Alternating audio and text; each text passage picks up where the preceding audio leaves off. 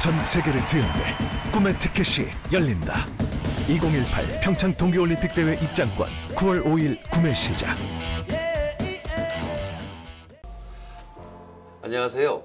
평창 동계올림픽 개폐식 총감독을 맡은 송승환입니다.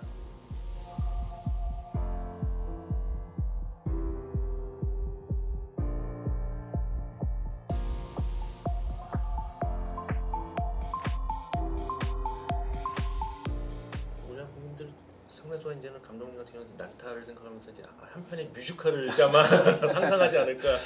근데 이제 올림픽이라는 게 문화 행사만 쭉 이어지는 게 아니라 문화 행사 중간중간에 공식 행사들이 굉장히 많아요. 그렇죠. 뭐 선수단 입장도 있고 IOC 위원장 연설도 있고 뭐 이렇게 생각하시는 것처럼 쭉 이어지는 한편의 공연처럼 할 수가 없어요.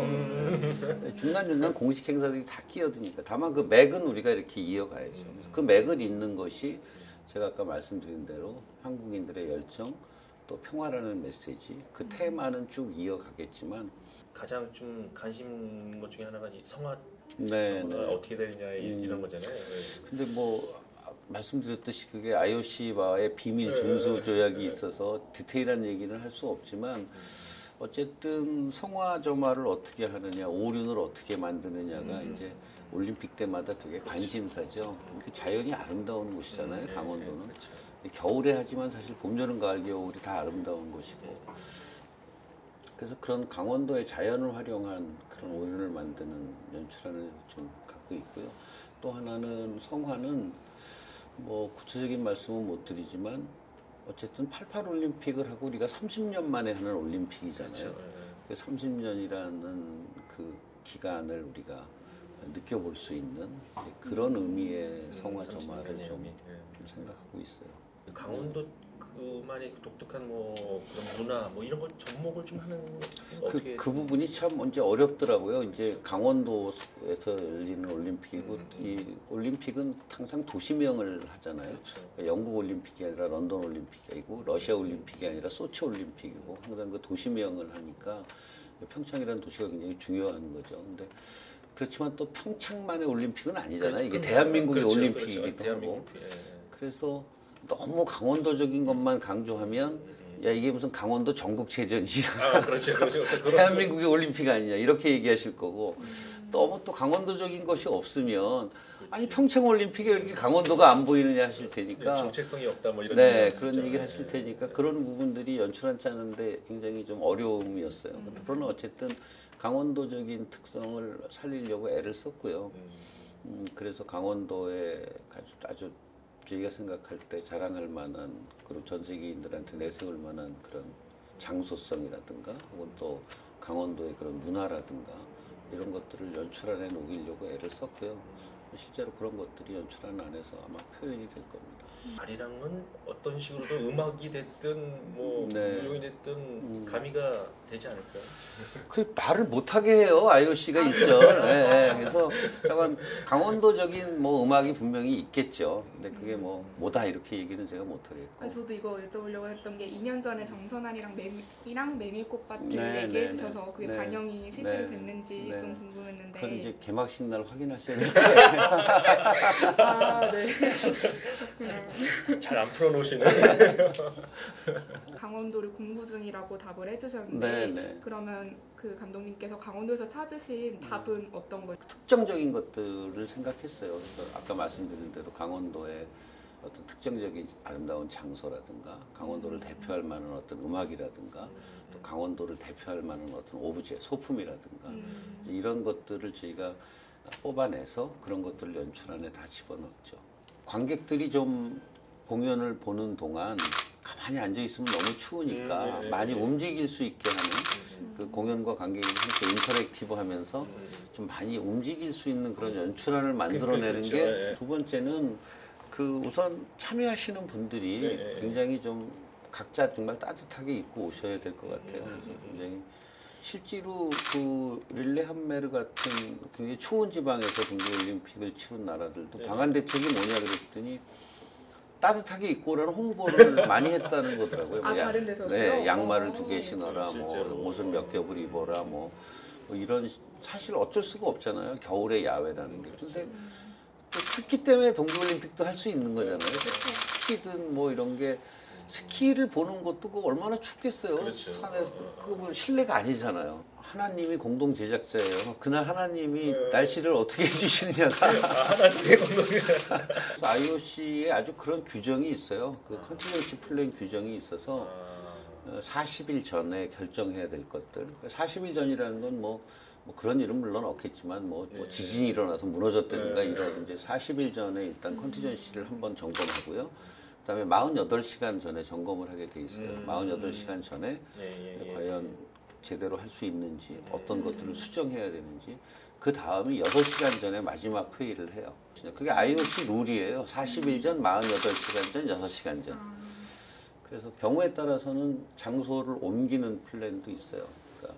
그 짠도 짜고 계신 거예요? 네, 다른 장소로 개최 옮겨서 공식 행사 위주로 개막식을 하는. 다른 올림픽 개폐식이라든가 이런 거 많이 좀 보셨을까요? 네, 제 현장도 좀, 네.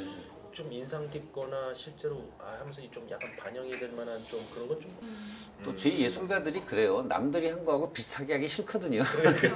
우리가 생각한 건 어떻게 다르게 할 것인가, 어떻게 베이징과 다르게 할 것인가, 어떻게 런던과 다르게 할까. 다행히 이제 이 오각형이라는 이 공간이 물론 야외고 임시 건물이라서 취약한 점도 많지만 저희처럼 공연하는 사람들 입장에서는 축구장이 아니라 공연장 같은 그런 구조기 때문에 그렇죠.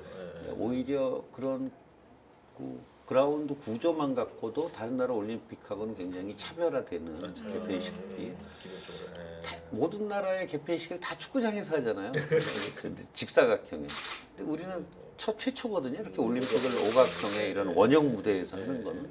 제 예술가들이 잡고 있는 인사이드 컨셉은 이제 조화와 융합이거든요. 그래서 한류라는 건 어찌 보면 융합이잖아요. 동서양을 우리가 잘 융합해서 독특한 걸 만들어낸. 뭐 이제 장혜모 감독이 표회식 때 이제 북경이 이제 그 다음 개최지이기 때문에 그렇죠. 이제 북경이 한 8분짜리 공연을 하거든요. 그래서 장혜모 감독이 서울에 와서 이제 그 사람들 공연을 위해서 우리가 뭘 협조해 줘야 되고 이제 이런 것들을 서로 논의하고 뭐 그날 저녁도 같이 먹고 그랬는데 장혜모 감독도 그러더라고요. 자기 했던 모든 뭐 공연이든 영화 중에 가장 스트레스를 많이 받았던 게 북경 올림픽이었다. 저도 마찬가지입니다. 저도 여태까지 저도 한 50여 편의 공연을 만들었지만 이렇게 스트레스가 큰 공연은 처음입니다. 이렇게 얘기를 나눴었는데 정말 굉장히 스트레스를 많이 받죠. 그런데 또 그런 가운데 또 즐거움도 있어요. 새로운 걸 만들어낸다는 즐거움. 네, 또 다른 나라 올림픽 개폐식하고는 예산도 적고 출연 인원도 적고 조건도 악조건이지만 그런 상황에서 우리만의 좀 독특한 개폐식을 만들자. 그런 거에 대해서는 또 같이 만드는 과정에 또 즐거움도 있죠.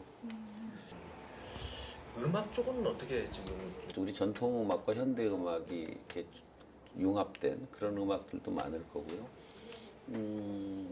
좀 독특한 음악들을 또 많이 선보일 거고. 그 개회식 음악이 다른 나라들은 되게 그냥 일반적인 행진곡 마취를 하잖아요. 근데 우린 요번에 좀 독특한 음악으로 그 선수 입장 음악을 선수단 입장하는 50분 동안 같이 일어나서 같이 춤추면서 즐길 수 있는.